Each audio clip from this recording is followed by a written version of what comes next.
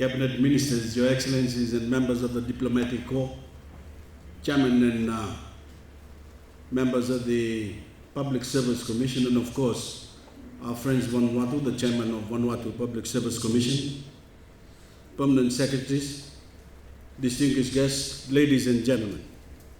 This is Ambula Vinaka, and a good evening to you all. Your Excellencies and ladies and gentlemen, government ministries, departments and agencies that have embraced the culture of total quality and excellence in their effort to improve service delivery deserve recognition. And tonight, I am pleased to present the 2011 Service Excellence Awards. Our government's investment in this and other reforms ensure Fijians are in a timely, cost-effective, and responsive manner. New policies and programs introduced during the period of reform are being implemented fully at a practical level for Fijians to receive the benefits. This is what the Service Excellence Awards recognize. Civil servants demonstrating commitment and drive to ensure that benefits are realized throughout the organization and your customers, all Fijians, foreign and local investors, and of course other stakeholders. Since the Service Excellence Awards were implemented 7 years ago, Fijians have seen great progress. We have witnessed changes in the Public Service Commission. We have witnessed changes, particularly in its responsiveness and service delivery.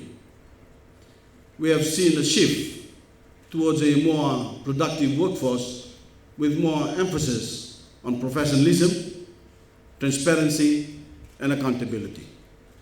By way of a few examples, we can now see commitment, continuous service delivery throughout the day, with most government offices open also during lunch hours.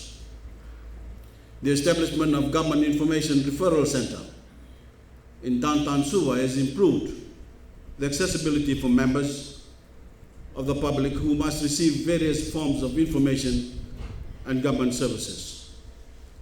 The e-payment arrangements for recipients of social welfare assistance has led to reduction in waiting queues, eliminated travel costs, and overall improved accessibility for those benefiting from such assistance.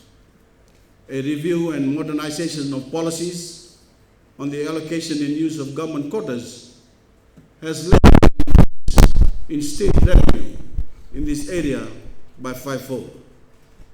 The adoption of an integrated rural development framework has led to the empowerment of divisional commissioners to pursue rural development work activities in more meaningful, cost-effective, and responsive manner. And the rate of implementation of development projects and government policies has improved significantly through the monitoring framework put in place by the Strategic Framework for Change Coordinating Office. These are only a few of the many improvements the civil service has successfully implemented under the government's reform program.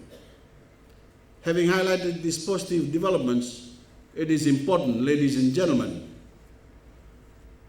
for me to emphasize that there is no room at all for complacency in our quest to bring about continued improvements that benefit members of the public.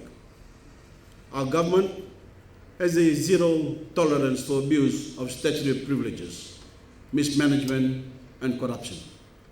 In the past, such practices has led to the squandering and waste of valuable state resources for the benefit of a greedy few.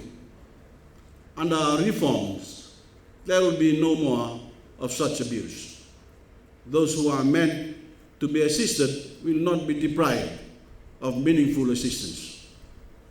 We expect each and every officer of the public service to discharge their respective duties honestly, diligently, and punctually, and be prepared to go that extra mile. The awards night tonight are a recognition of the deliberate shift and marked progress in the public service for all the 31 participating agencies and their staffs. Hard work, a commitment to changes, and the dedication public servants have brought to their jobs made this progress possible. Congratulations to the agencies that will be recognized at the achievement level. Congratulations also to the other agencies that participated, confirming your commitment to continue to strive for excellence. I also acknowledge the participation of Fiji Revenue and Customs Authority in this year's awards program. To the independent panel of review that presided on tonight's awards, thank you for your invaluable assistance. We certainly look forward to a more concerted effort from all stakeholders in ensuring that this program will remain sustainable. We must all take heed of the recommendations of the evaluation process. We must also acknowledge the fact that there is vast room for improvement. The Service Excellence Awards must continue to be the catalyst for our goal of a better Fiji for all. I wish you all a very good evening. Pinang Walim.